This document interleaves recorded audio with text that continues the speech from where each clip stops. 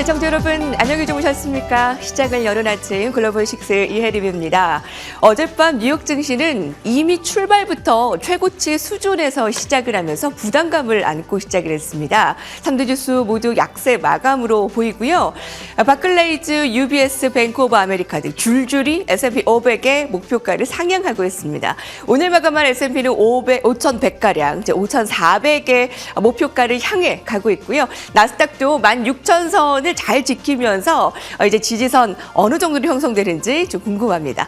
다우지수도 약보합권에서 거래를 마쳤습니다. 오늘 종목별로 현황들까지 함께 마감지수 현황들 살펴보도록 하겠습니다.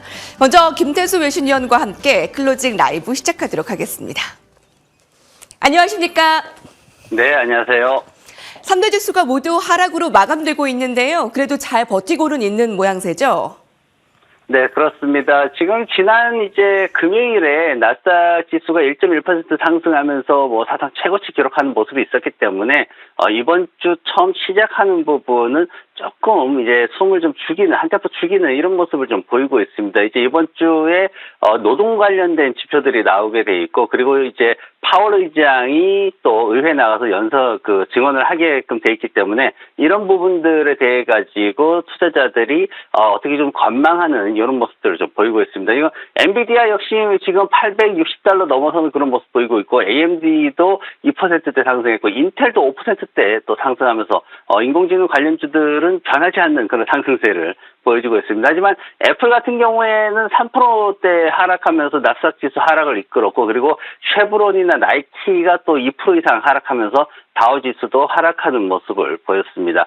시장에 나왔던 이슈들 중에 유가 관련된 이슈들이 좀 있었습니다. 지금 오펙 플러스에서 6월 달까지 2분기 말까지 자발적으로 지금 220만 배럴 이렇게 감축한 거 더 연장하겠다 이렇게 얘기를 했고, 또 러시아 쪽에서는 수출량을 하루에 또 41만 7천 배럴 정도 줄이겠다 또 이렇게 얘기를 했습니다. 그럼에도 불구하고 지금 나온 얘기가 뭐냐면은 전반적으로 겨울이 좀 따뜻했다, 그러면서 난방유 수요가 굉장히 하락했다 이렇게 얘기가 나왔습니다. 그러면서 미국 쪽에서 이 공급량이 굉장히 12월 달에 한 10% 정도 줄어들었다 이런 얘기가 나오면서 유가가 하락하는 모습을 보였습니다. 그리고 코인 얘기를 또 안 할 수가 없는데, 코인이 기어이 또 67,000달러를 돌파를 했습니다. 2021년도에 지금 68,789달러 정도 최고가를 기록을 했는데, 67,000달러 돌파하면서 정말 불과 얼마 남지 않은, 몇 퍼센트 남지 않은 그런 구간까지 올라왔습니다.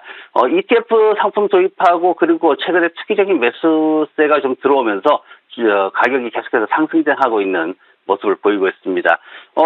파월 의장에 대해서 어떤 증언을 할지를 다들 궁금해하고 있는데, 지금 예상되는 수준은 수요일하고 목요일날 의회에 나가서 증언을 하게 되는데, 거기에서 왜 금리를 빨리 인하하지 않느냐. 지금 바이든 정부 쪽에서는 금리 빨리 인하시켜가지고 좀 더 인기도 몰이를 해야 되는데, 그런 부분에 있어가지고 의회에서 집중적으로 추궁을 할 것으로 예상이 되고 있습니다. 그래서 그런 부분을 가지고 왜 이렇게 하고 있는지를 설명할 것으로 그렇게 예상이 되고 있고, 기존의 입장을 변함없이 지킬 것으로 예상이 되고 있고, 그러다 보니까 시장에서 금리 인하하는 시기를 예상하게 되는데, 지금 CME 페드워치 같은 경우에는 3월달 금리 인하는 거의 지금 생각하지 않는 그런 수준이고, 5월달에 한 21% 정도, 6월달에 52% 정도 예상하고 있어서 대부분이 6월달쯤 돼야지 금리 인하가 시작이 될 것 같다 이렇게 보고 있습니다. 그리고 오늘 밤에 ISM 서비스 PMI 구매관리자 지수가 발표가 됩니다. 상승세가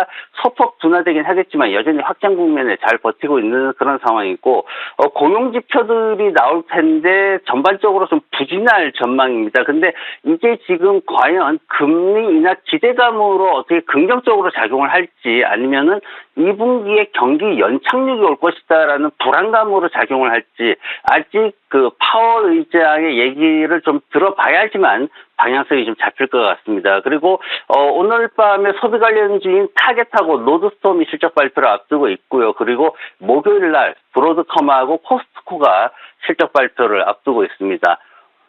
지난밤에 시장에 대해 가지고 여러 가지 얘기들이 정말 많았습니다. 지금 뱅크 오브 아메리카 같은 경우에는 연말 기대치를 5,400포인트까지 지금 얘기를 하고 있는데, UBS 쪽에서 나왔던 얘기가 뭐냐면은 지금 우리가 얘기하고 있는 어떤 경기 침체 이런 것들 얘기를 하고 있는데 올해 기업 전체적으로 봤을 때 이익이 상당히 크게 증가할 수 있다 이런 얘기를 했습니다. 그러면서 뱅크 오브 아메리카 쪽에서 이제 성장 전망을 했는데 지금 2분기부터 어떤 기업 수익들이 급격하게 성장을 하면서 올해 전체적으로는 11% 그리고 내년에는 13% 정도 고수익이 예상이 된다. 이러면서 이제 S&P 500 연말 기대치를 갖다가 5,400까지 끌어올리는 모습을 보였는데 시장에서는 이런 어떤 상승 부분에 굉장히 크게 기대를 하고 있고 반면에 지금 보면 에버코어라든가 웰스파고, 모건스탠리, JP모건 이 4개 회사 같은 경우에는 지금 수준보다도 떨어질 것으로 예상을 하고 있습니다. 대표적인 게 지금 JP모건 같은 경우에는 4,200까지 보고 있고 그리고 모건 스탠리도 4,500까지 보고 있는데 거의 20% 가까이 지금 최대로 떨어지면 그렇게 하락할 것이다 이렇게 보고 있는데 이런 회사들은 경기 침체 국면이 좀 더 클 수 있다 이렇게 보고 있어가지고 시장에서는 지금 올라갈 건지 떨어질 것인지에 대해 가지고 굉장히 많은 얘기들이 나오고 있습니다. 네, 시장은 이번 주 금요일에 고용지표로 눈을 돌리고 있고요. 또 6일, 7일 예정된 파월 의장의 발언도 좀 촉각을 곤두세우고 있습니다. 이번에는 엔비디아와 AMD, AI의 랠리는 이어지는 모습이었지만 애플의 주가가 좀 약세를 보인 것도 좀 특이할 만한 상황이었습니다. 업종별, 종목별 특징 사항 더 살펴볼까요? 네, 애플이 좀 많이 하락을 했습니다. 그러면서 통신 서비스 업종이 1%대 하락하는 모습 보였고 테슬라가 또 주가가 밀렸어요. 그러면서 이미 소비재 업종이 1% 가까이 하락하는 그런 모습을 보였습니다. 이미 소비재 쪽에 이제 자동차 산업이 있는데 지난밤에 테슬라와 포드에 대한 얘기가 좀 많이 나왔습니다. 근데 이제 테슬라가 이제 워낙 크다 보니까 이제 전반적으로 자동차 산업이 5%나 밀리는 이런 모습을 보였습니다. 포드 얘기가 나왔는데 지금 테슬라 얘기는 뭐냐면 상하이 공장 출고량이 많이 감소했다. 그러면서 중국에서 가격 전쟁이 더 심화되고 있다. 이런 얘기가 나오면서 테슬라가 하락했는데 이 틈을 이제 포드가 파고드는 이런 모습을 보였습니다. 포드 같은 경우에는 지금 주가가 한 3% 정도 이렇게 올랐는데 2개월 연속해서 미국에서 판매 1위를 차지하는 모습을 보였습니다.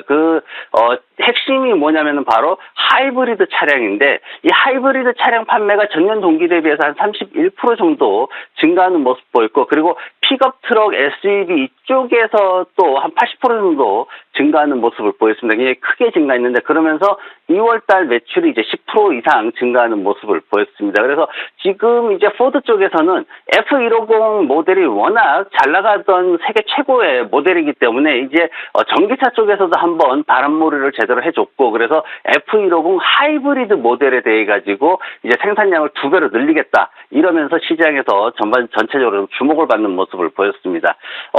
애플 같은 경우에는 지금 상당히 지난밤에도 힘든 모습을 보였는데 사실 애플이 어떤 법적 싸움이라든가 아니면은 배상금 내는 거에 있어가지고 사실 굴하지 않는 회사인데 지난밤에는 굉장히 어려운 그런 모습을 보였습니다. 유럽 이제 집행위원회에서 20억 달러 배상금 지급해라 이렇게 얘기를 했는데 이게 이제 스트리밍 쪽에서 이제 앱스토어에 들어가면은 외부에 있는 애플 외부에 있는 스트리밍 서비스 결제 서비스를 이용할 수도 있음에도 불구하고 그 부분을 갖다가 금지시킴으로 인해 가지고 지난 10년 동안 굉장한 비용을 증가시켰다 이렇게 해가지고 이제 20억 달러 벌금을 부과를 했습니다. 근데 유럽에서만 끝나는 게 아니라 이 상황이 지금 미국에서도 진행이 되고 있는데 지금 이제 유럽 쪽에서는 스트리밍 쪽에 이제 앱스토어 쪽에 대해서 이제 얘기를 했지만은 미국에서 지금 독점금지 조사 들어가는 거는 아이폰이나 앱스토어 그리고 애플워치 여러 가지 이제 관련된